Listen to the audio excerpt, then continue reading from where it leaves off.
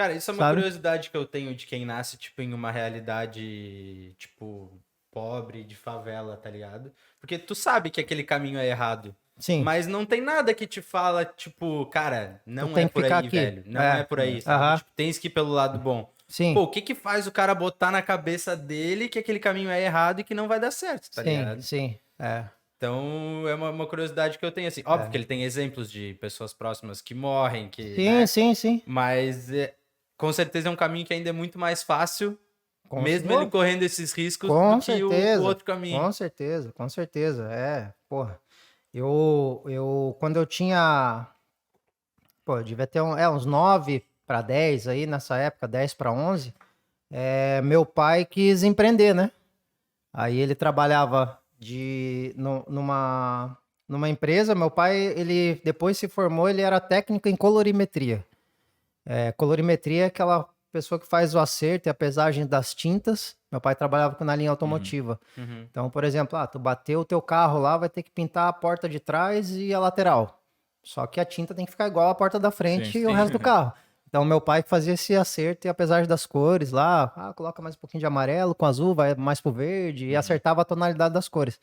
E meu pai, nessa época, quando eu tinha 9 para 10 aí mais ou menos, ele comprou um carrinho de pipoca. E aí, quem foi trabalhar no carrinho de pipoca?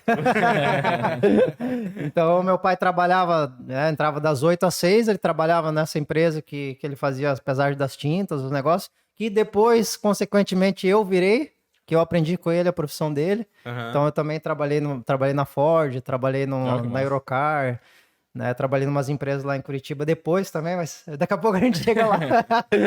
Mas aí, cara, assim, meu pai comprou esse carrinho de pipoca e eu estudava de manhã na época. E aí, então, por exemplo, vou dar um exemplo. Eu estudava ali no centro, tipo, a distância daqui no centro, e o carrinho, e a gente vendia lá no Itacurubi, mais ou menos assim, ali em João Paulo, mais ou menos. E aí a gente tem uma praça lá em Curitiba que se chama Rui Barbosa, tem até hoje. E nessa praça Rui Barbosa era o nosso ponto que a gente vendia pipoca. Só que o carrinho ficava tipo a 2 quilômetros do ponto, num estacionamento guardado. Então eu estudava de manhã, das 8 ao meio-dia. Pô, naquela época era assim, né, cara? Pô, se eu solto a molecada andava pra caralho o dia inteiro, só chegava em casa de noite. Sim. E eu peguei bem essa época, né? Tipo, só que eu não tive tanta infância igual meus amigos tiveram. Então eu saía do colégio das 8 ao meio-dia. Meio-dia eu pegava o ônibus na frente do colégio, ia pro centro. Chegava lá no centro, a minha mãe já estava trabalhando desde de manhã, ali desde as 10 no carrinho de pipoca. E aí eu fazia as compras para ela até as 3, 4 horas da tarde, que ela ficava comigo no carrinho. Eu fazia as compras do milho, do bacon, e a gente fazia a pipoca salgada com bacon e a doce com coco ralado. Eu nunca comi. Cara, Também. top. É tipo, Nescau com coco, tá ligado? É uma parada. Mas não, bom mas pra nem é de caralho. bacon, nunca. Cara, Não. eu acho que eu já vi, mas não lembro de Em comer. Curitiba é meio que tradicional isso, assim. Tu ter ali, comer a pipoca, aí junto com o saquinho da pipoca já vem uma balinha, frigels, tá ligado? É uma parada meio de curitibano, assim. E aí eu fazia as compras pra ela e depois eu assumi o carrinho até meu pai chegar do trabalho dele, pra ficar comigo até as 10 da noite no carrinho. Então, cara, toda terça, 8h30 da noite e quinta-feira, 8h30 da noite, acho que pro resto da minha vida eu vou lembrar porque era a hora do sopão. Porque nessa praça a galera entregava o sopão pro morador de rua, tal, não sei o quê. E eu tomava com eles, né? Eu tava ali já vendendo pipoca, tal. E essa época foi a época, cara, que me deu um norte, assim, das coisas, sabe? Porque, pô, imagina, um moleque de 10, 11 anos de idade, naquela época não tinha nem 12. Pegava o ônibus e ia pro centro. Trabalhar. Hoje em dia, que moleque de 10 anos que pega o ônibus e vai pro centro sozinho. Sim. Né? A gente tem uma outra realidade, né? O meu filho tem 12. O meu mais velho eu não deixo, às vezes nem ele, malemar, vai na panificadora sozinho, sabe? E aí eu pegava o ônibus, ia pra lá e trabalhava o dia inteiro no carrinho de pipoca. Então, minha mãe me deixava, voltava pra casa pra arrumar a casa, né? Arrumar as coisas, não sei o quê. E eu ficava lá sozinho no carrinho de pipoca no meio da praça. E aí, nessa mesma praça, tinha o almoço da prefeitura, que era almoço a R$1. E, cara, isso pra mim, naquela época, não tinha consciência. Mas isso pra mim, hoje, você vê o lado bom das pessoas e vê o lado ruim. Você vê o lado bom porque, porra, uma distribuição de um sopão, um alimento para uma pessoa que tá numa situação de rua. Cara, você vê as pessoas dividindo tudo, irmão. Entendeu? O cara pega... O cara que tem pouco divide Cara, também, o cara que pega ali, o cara pega o pão, divide com os 3 cachorros que andam com ele. Você entendeu? E você vê o lado bom das pessoas. E você também vê o lado ruim, porque, pô, você vê nego sendo esfaqueado, você vê droga, você vê... Sim. Você vê o lado ruim de tudo, entendeu? Sim. Então, por exemplo, esse almoço que era um almoço R$1 da prefeitura lá, também eu almoçava lá todo dia. E pra mim, cara, É o normal. normal. Até hoje pra mim é normal. Pô, vou parar pra comer aqui cara, pode ser a birosca que for. Se tiver limpinho ali, cara. E a maioria desses lugares é o dono que faz a comida e é a melhor comida que tem. Né? Tá ligado? Tipo, enfim. E essa época aí foi um aprendizado muito grande pra mim, cara. Vendo essas coisas acontecerem.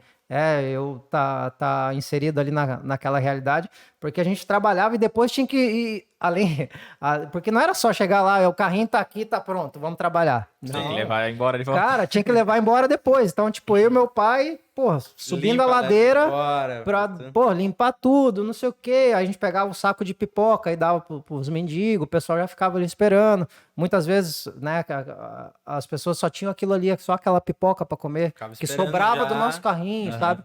E na época, pô, o cara com 11 anos não se toca, mas hoje o cara olha pra trás e fala, porra, velho. Sim. Sabe? E tu ia acabando conversando, então... E vai formando teu caráter. Cara, não só a situação em si, mas também a própria... Pô, o cara que, tipo assim, o cara... Eu lembro até hoje de um cara que ele chamava Leandro. E ele, cara, assim, 2, 3 vezes por semana, ele aparecia lá pra pegar pipoca com a gente lá. Depois que a gente fechava o carrinho, a gente dava as pipocas. E, cara, muitas vezes, assim, ó, ele me chamava no canto e falava da vida dele. Parece que por eu ser uma criança, eu era o único amigo que aquele cara tinha naquele momento, sabe?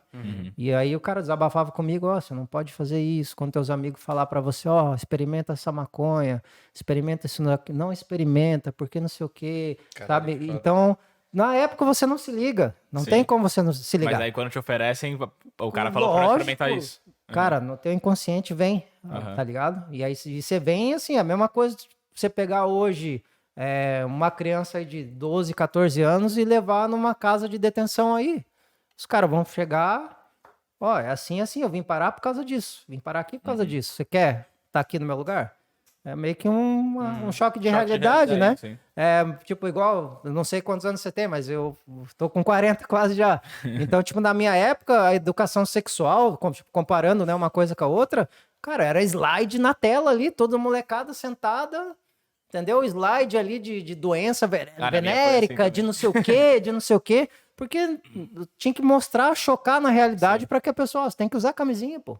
Entendeu? E hoje em dia eu não sei como é que é. Mas tipo, meio que comparando uma coisa com a outra, eu tive no verídico ali eu vi o lado bom e o lado ruim das coisas, né? Sim. Então, graças a Deus, isso também influenciou, como você perguntou, né? Como é que diferencia o cara ir pro lado certo e pro lado errado? Cara, no meu caso, na minha experiência, foi essas... meio que na prática eu vi o que acontece. Choque de realidade, isso, como tu falou. choque de realidade, né? E acho que também seguindo um pouco o exemplo dos teus pais, né? Que, tipo, trabalhavam Claro, te levavam pra trabalhar junto. Porque daí tu via que tinha outro caminho. Tem Com gente que não certeza. conhece esses outros caminhos, né? Isso, com certeza, cara. Graças a Deus, assim, a gente... como eu falei, né? Nunca sobrou, mas também nunca faltou. Sou muito grato pelos meus pais poderem não ter me dado aquele carrinho de controle remoto, mas, cara, me deram algo muito mais valioso, que foi a percepção das coisas, né? Que foi, ó, não tem como você pegar aqui, opa, escondi. Deus tá vendo. Sim. Então eu levo, cara, isso é caráter, né? Moldou o caráter com o próprio exemplo, e pra mim foi o que mais funcionou, que não adianta você falar. Você tem que fazer. Sim. O exemplo, pra mim também pelo o exemplo exemplo, né? mais O foda exemplo, que tem. tu vê o negócio. Sempre pelo exemplo. Eu penso nisso às vezes.